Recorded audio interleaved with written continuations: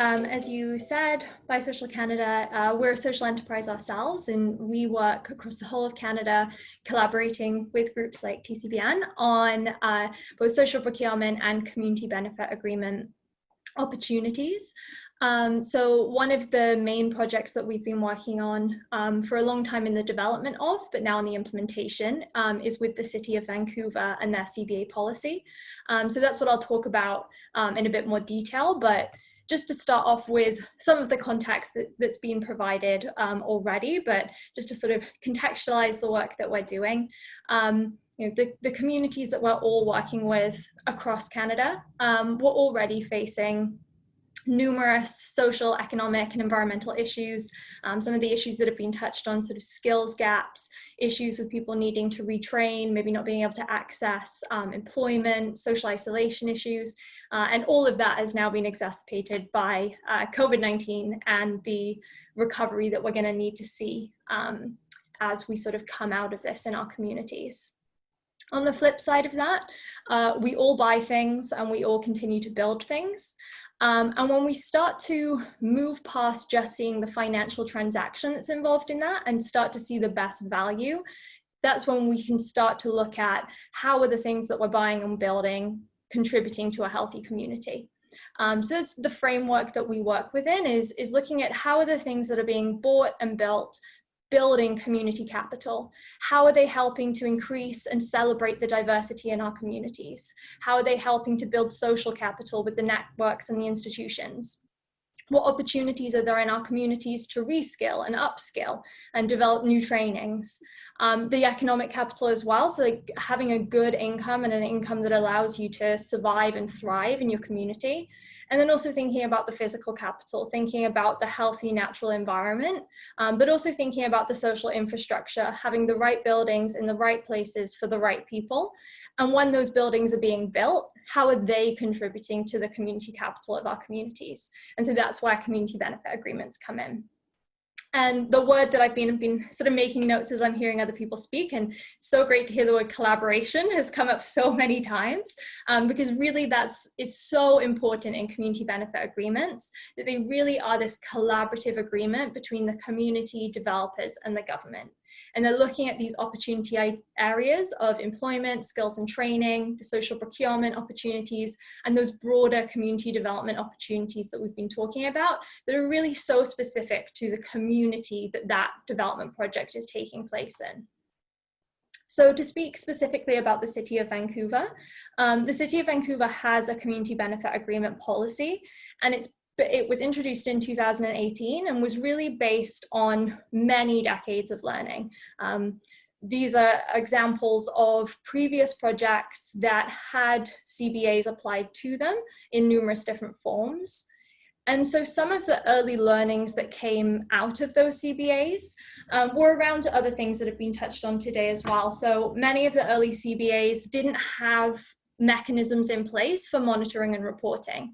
And so that makes it not only difficult to sort of look back and take learnings from them, like what were the successes, what were the supports that were needed, but in terms of the actual projects themselves, something that really came out was how important it is for both the contractors and the developers to have, like we said, the clear expectations of what is expected of them, what does success look like in this project, but also for the community. As we're seeing CBAs grow, we really want to have this approach where communities are building capacity to respond to more and more CBAs.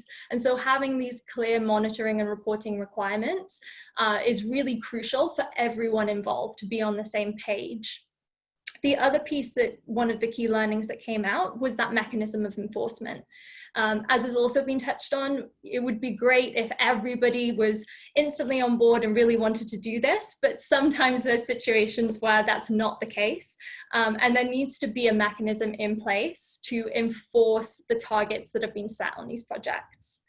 And one of the other key learnings that came out was that there wasn't a clear or formal process for that really crucial community engagement and co-creation. Community was sort of on the sidelines, they were informed of what was being done, but they weren't there right from the very beginning to identify what the opportunities were in their community.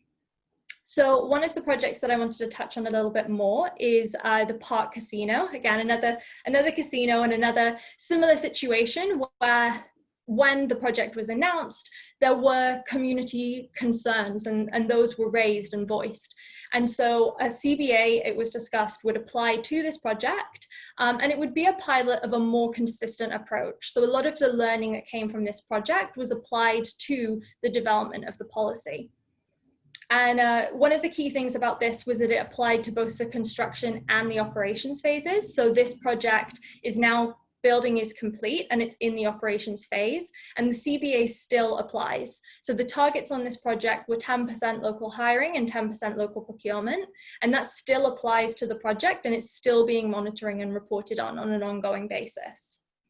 And an enforcement mechanism was introduced for this project as well. So for the City of Vancouver and for this project, the enforcement mechanism is that it's tied to rezoning. So when the applicant applies for rezoning, they're informed you have to agree to a CBA on this project, and then the build or development permit and the operations permit are tied to showing best efforts to achieve those targets. So those permits will not be issued until you report on what you've been achieving or what you are intending to continue to achieve. And so in this project as well, another thing to highlight was that there was an independent third-party consultant hired.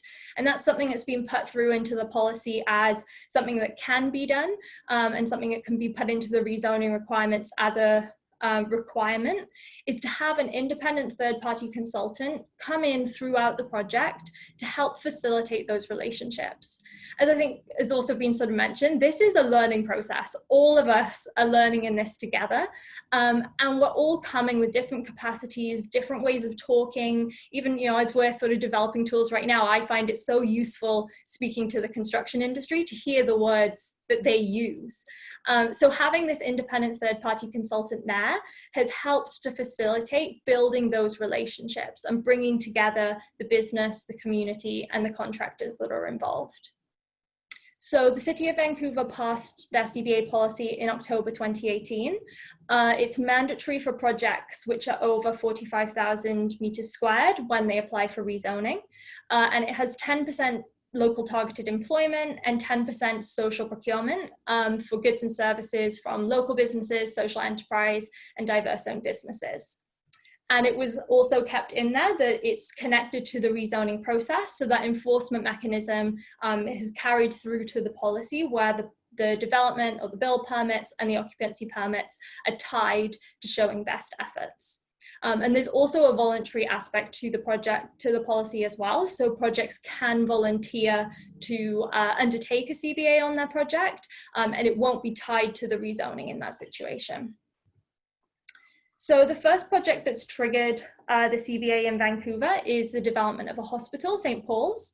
And it's in the development and the implementation so far, it's been a really collaborative process between the City of Vancouver, St. Paul's as the owner, Bisocial Canada, who've been supporting as the city's third-party implementation partner. And we've also been collaborating on that with Exchange in a City, who are a community economic development backbone organization in Vancouver. And the implementation, again, sort of repeating a lot of what's already been said, which is great. The first steps in the implementation that we've been working on is the development of a toolkit. So the toolkit will be used by the City of Vancouver on their website and will be available to all projects that trigger the CBA.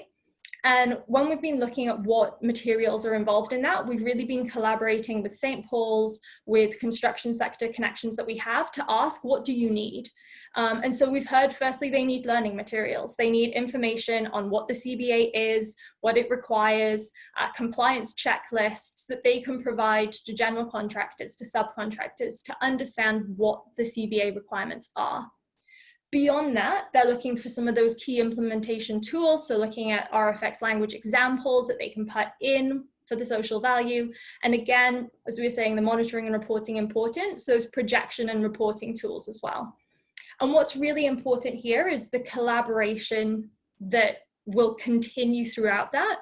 So the next steps that we're setting up is a project-specific working group for St. Paul's. So that will have St. Paul's, the general contractor, the subcontractors, Buy Social and Exchange in a City, and then we'll be bringing in community groups as well to collaboratively work through those projection and reporting tools. We also have Exchange in a City's Community Benefit Network, which again brings in the voice of the community right from the start of this CBA over what will be included in the CBA and practical implementation. And then the reflection and the feedback is really important as well. There's a recognition the community weren't necessarily as involved as they should have been in the development of the policy. So that will be going back for review in the fall of 2020 to look at the processes and the policies and any tweaks that are needed to support going forward. So that's a really quick intro to the Vancouver CBA. I'm more than happy to answer questions and, as Kamsa said, do any follow-up afterwards as well.